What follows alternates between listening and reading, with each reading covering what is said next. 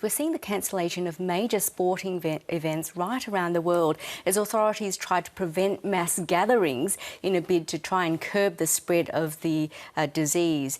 If we recall, in China, the Shanghai Grand Prix was scheduled for April, which has been called off. Really quite significant for the F1, given that how expensive it is cancelling a major event. And also the last time was in 2011 when the Bahrain Grand Prix was postponed due to civil unrest. So a really rare thing. And also, do note, though, the Australian Grand Prix will be going ahead. That's going to be held in the middle of the month, and Vietnam is clinging on to the idea of hosting its first Formula One Grand Prix in April. And meanwhile, in China, the Athletics World Indoor Championships, scheduled for the middle of the month in China, has been cancelled, and China's Super League is on hold. Japan's J League is too, and so is South Korea's K League. So what about football tournaments in Europe? We've got countries like Italy and others. We haven't seen such a major impact yet, but medical experts are warning that the English Premier League, which we're currently in right now and runs right up until May, could be hit. And if it is, it could cost the industry hundreds of millions of dollars, as you can imagine. But it's not only football, it's also the London Marathon, which is due to be run in April. And also we've got the cricket tests in June as well. And if we see further cancellations, we could actually see the biggest suspension of in the sporting calendar during peacetime history in Britain. That's extraordinary. Italy, of course, heavily affected. Lots of football happens in Italy too. So what's going on there? Yes, particularly in the 5 worst hit regions in Italy. We're seeing Serie A matches being cancelled, 5 so far, including Juventus's game at home to Inter Milan. Now, rugby and volleyball fixtures are also being affected. Next weekend they won't go ahead.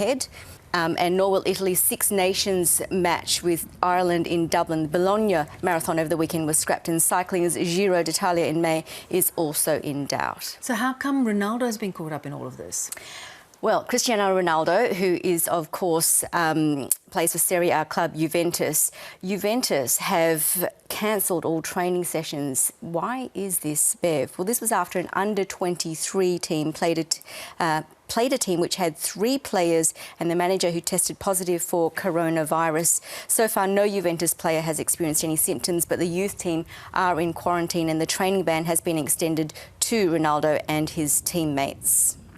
All right, let's talk also about cultural events, because that too has been affected, not just sporting events. Indeed. We know Italy is a major cultural hub, as are many countries in Europe. As you can recall, the Carnival in Venice was cancelled due to the outbreak. Trade fairs have also been affected. Milan Fashion Week was closed to the public as a precaution. Bologna's Children's Book Fair has been postponed until May. The International Journalism Festival, to be held in Perugia in April, has been cancelled. And even neighbouring France is taking strict measures, with the iconic Louvre Museum shutting its doors. France, over the weekend, announced a ban on indoor gatherings of 5,000 or more people. And, of course, we know the museum definitely has more than 5,000 visitors a day. Wow. Now, the Olympics, everyone's talking about the Olympics. It's a few months out, but does it look inevitable that this could be on the cards, that they'll have to cancel this? This is a question that a lot of people are asking. The Olympics is due to start on the 24th of July and the Paralympics on the 25th of August. Clearly, officials want to make it a last resort, cancelling the Games, but are currently weighing the options. They could postpone the event or relocate it. Apparently, these are the 2 more likely options than cancelling it altogether. Or, Bev, they could even end up with Olympic events looking like this. Let's take a look. This was a scene at Tokyo Dome on Saturday at the indoor stadium of the Yomiuri Giants, Japan's version of the New York Yankees, and fans had to settle for watching it at sports bars across the capital. And, of course, the Tokyo Marathon, it actually did go ahead. Instead of thousands of participants, last year there were 38,000, including amateurs. This year was scaled back to just a few hundred professional athletes. And the feeling on the street is mixed as to whether the Games should be cancelled. The athletes are from different countries and regions around the world. If they are infected, they may make it spread in the country. So I wonder whether it's possible not to host the Olympics. I think it's quite safe to hold the Olympics here, and I'm from the Netherlands, And when I look at the normal flu, for example, far more people get the normal flu than the coronavirus.